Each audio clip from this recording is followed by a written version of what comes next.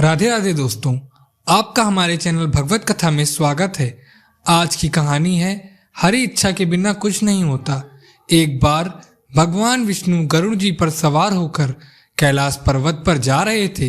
रास्ते में गरुड़ जी ने देखा कि एक ही दरवाजे पर दो बारातें ठहरी हैं। मामला उनके समझ में नहीं आया।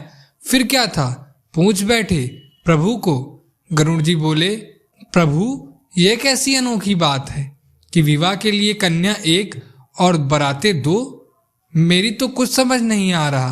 प्रभु बोले, हाँ, एक ही कन्या से विवाह के लिए दो अलग अलग जगह से बारातें आई हैं। एक बारात पिता द्वारा पसंद किए गए लड़के की है और दूसरी माता द्वारा पसंद किए गए लड़के की है। यह सुनकर गरुड़ जी बोले, आखिर विवाह किसके साथ होगा? प्रभु बोले, जिसे माता ने पसंद किया है और बुलाया है उसी के साथ कन्या का विवाह होगा, क्योंकि कन्या का भाग किसी और के साथ जुड़ा हुआ है। भगवान की बातें सुनकर गरुड़ जी चुप हो गए और भगवान को बैकुंठ पर पहुंचाकर कौतूहलवश उसी जगह आ गए जहां दोनों बारातें ठहरी थीं। गरुड़ जी ने मन में विचार किया कि यदि मैं माता के बुलाए गए वर को यहाँ से हटा दूं तो कैसे विवाह संभव होगा। फिर क्या था, उन्होंने भगवत विधान को देखने की जिज्ञासा के लिए तुरंत ही उस वर को उठाया और लेकर समुद्र के एक टापू पर धर दिए। ऐसा कर गरुड़ जी थोड़ी देर के लिए ठहरे भी नहीं थे कि उनके मन में अचानक विचार दौड़ा कि मैं तो इस लड़के को यहाँ उठा लाया हूँ, पर यहाँ तो खाने पीने की कोई व्यवस्था नहीं है। ऐसे में इस निर्जन टापू पर तो ये भूखा ही मर जाएगा और वहां सारी बारात मजे में 56 भोग का आनंद लेगी। ये कतई उचित नहीं है। इसका पाप अवश्य मुझे लगेगा। मुझे इसके लिए भी खाने का कुछ इंतजाम तो करना ही चाहिए। यदि विधि का विधान देखना है तो थोड़ा परिश्रम तो मुझे करना ही पड़ेगा। और ऐसा विचार करके वह वापस उसी स्थान पर फिर से आ गए।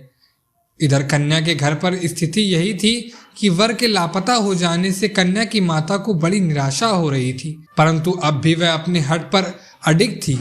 अतः कन्या को एक भारी टोकरी में बैठाकर ऊपर से फल फूल मेवा मिष्ठान आदि सजाकर रख दिया, जिसमें कि भोजन सामग्री ले जाने के निमित्त वर पक्ष से लोग आए थे।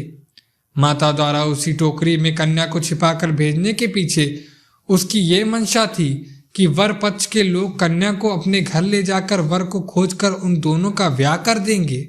माता ने अपना यह भाव किसी तरह होने वाले समधि को सूचित भी कर दिया।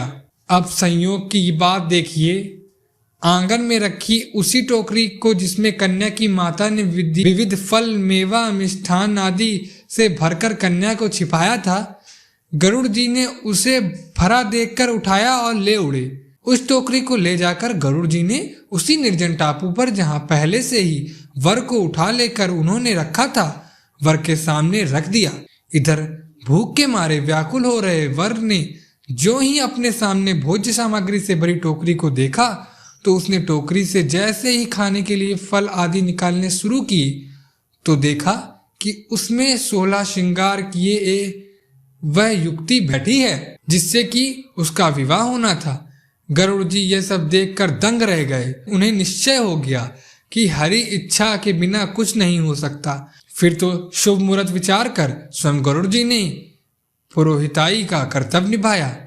वेद मंत्रों से विधि पूर्वक विवाह कार्य संपन्न कराकर वर वधू को आशीर्वाद दिया और पुनः उनके घर पहुंचाया।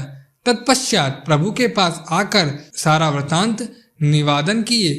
प्रभु पर अधिकार समझ झुंझलाकर बोले, प्रभु आपने अच्छी लीला की, सारे विवाह के कार्य हमसे करवा दिए।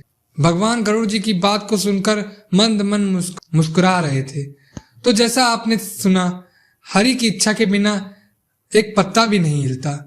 आशा करता हूं कि यह कहानी आपको अच्छी लगी होगी, और अगर यदि आपको ये कहानी अच्छी लगी तो हमारे इस वीडियो को लाइक कीजिए, चैनल को सब्सक्राइब कीजिए और इस कहानी को ज़्यादा से ज़्यादा लोगों में शेयर कीजिए और कमेंट बॉक्स में श्री हरि की जय लिखना मत भूलिए।